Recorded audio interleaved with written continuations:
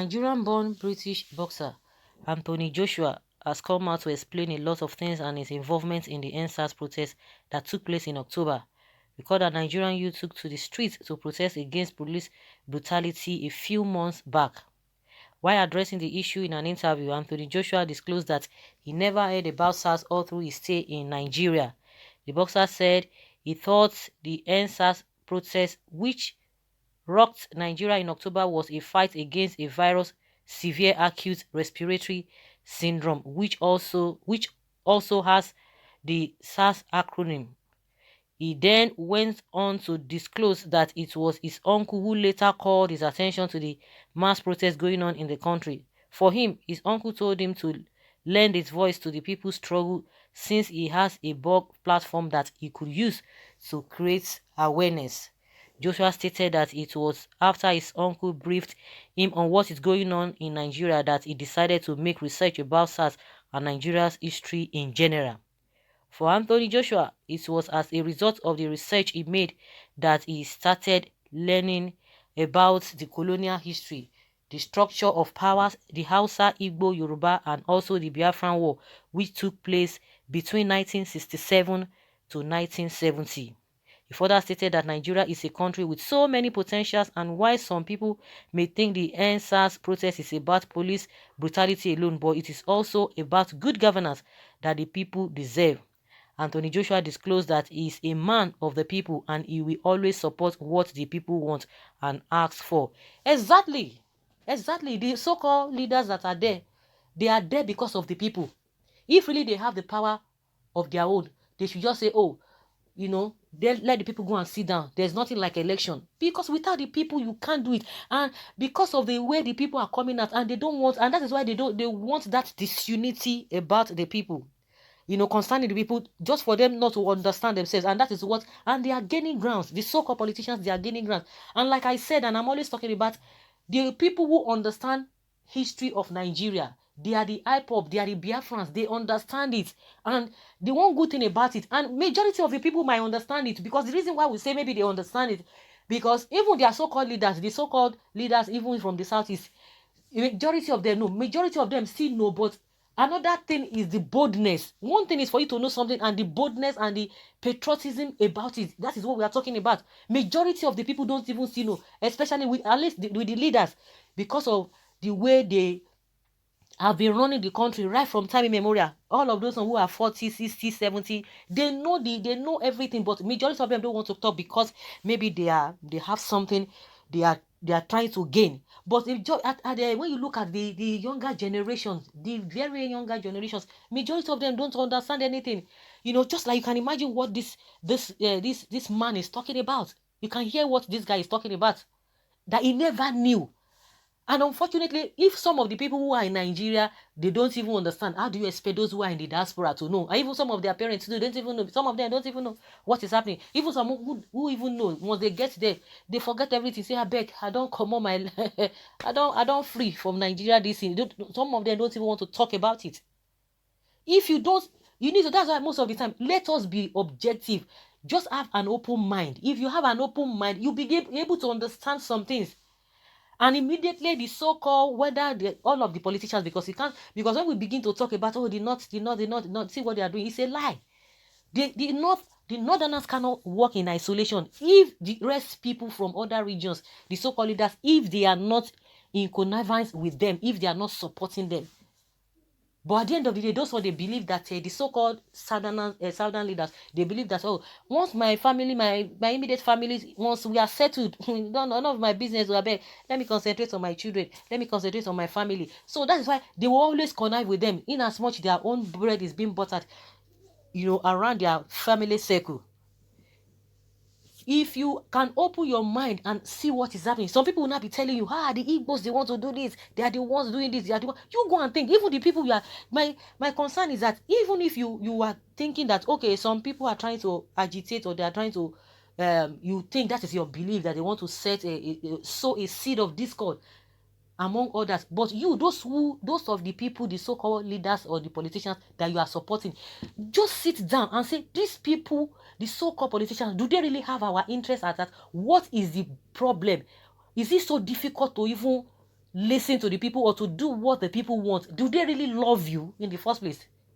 Before you can now say, oh, yes, these so-called politicians, they are doing a lot of things for us. We are living a decent life. We are okay. We are eating. We are not struggling. We are insecure. The security is on point. They are doing everything. Then why should some other people come and tell us that, oh, they are not good or things are not working well in this country? You are in that category, the school of that thought of the school of the thought of, you go better. Continue. 5 years down the line, if you have an open mind, the kind of suffering that we encountered during the PDP, who would have thought that we will see even what we are experiencing now will be more than what we experienced there? Because it is all about racketeering. That was all they were doing, all those PDP, and that's why all of them, because that is why it is very easy for them to join APC. That's why you see PDP, they will come back, they will go to PDP, they will join back and forth. That is why it is so easy. But all of them, they don't have your interest at all. And the funniest thing is that some people will still be following them up and down. Those people, do they even understand what we are talking about? Like I've always said, I don't believe in, the presidency must become for year, this and that. In as much you can do it, and you are for everybody. We should not even be talking about ethnicity. We should not even be talking about, do the right thing, go and do the job, and that's it. Do the job. If we have somebody who is from the southwest, what is your business? Go to Kafansha, go to all this inner DC, let them feel your presence. Nobody cares whether you are from the southwest, you are the president, you are from the southwest. Even if you are from the DC, you are from the north. All the Ijebu days, all this Hisai Benue, let them be feeling your presence. That's what we are talking about. Nobody cares where you come from. But a situation whereby you start to let the people know that, yes, I'm the one in charge, I'm this and that, and there's nothing you can do about it. And the funniest thing, that's why we need to be open-minded. That's why I said, even the so-called northerners, in the recent, I didn't know the ones suffering the most. Some people come and say, some people, they don't know how to play politics. You have to play politics of inclusion. You don't have to be tribalistic. You don't have to put all your baskets in one egg. What has that got to do with me? What has that? Okay, the people that voted APC, because they want to make it a one-party system. You voted for them. What have you gained in the first place? What have you gained?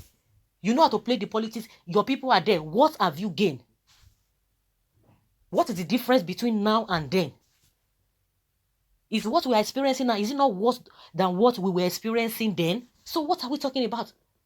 So in the recent, is it all about knowing how to play the politics, or the people who are playing the politics, they are even suffering you yourself? I don't understand.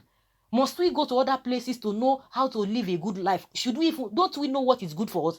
If you are hungry, won't you know that you're supposed to eat? Are you supposed to travel out to go to overseas and say, oh, how do they eat? How do they cook their food? Must you go there? Don't you know what is good for us? Don't we know what is good for us? Can't we even live by that?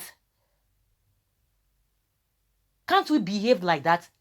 So if you don't know the history, you will not even know where this whole thing started from. Not that you just, jump in between what is happening or what they are talking about, join the bandwagon, you just join it and begin to say, hey, I beg this one, this one.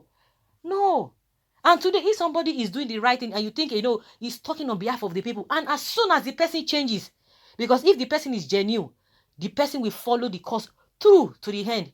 But if the person is not genuine, believe you me, along the line, you begin to know that this person is not genuine, is looking for what he's going to get. And before you know, the next thing, you will clear the person off the road. Then we'll see people who are really determined, who are really genuine. If we don't know the history, you don't even understand. You don't know what is happening. If somebody had told you, or somebody is telling you something, do your own research. And just like what this guy did. Because when this NSAS was going on, the majority of the people were abroad, even the so-called white people, majority of them didn't know it's a different different abbreviation. And just like he said, and it is all about the people. And that's why we tell we don't care who you are, whether you are from the north. Do the right thing and go do your job and go and get out. You are being paid. Go do your job and get out, and let's get the dividends of democracy we are talking about. Nobody cares should be interested in where you come from. Like I've always said, if you want to go to the UK, you want to go to Australia because you know what is happening there. Is your forefather there? Is your mother or father relatives that did the one in position? Oh, you don't know them. You don't even care. You are not even afraid to go there. Because you know things are working. Things are working well.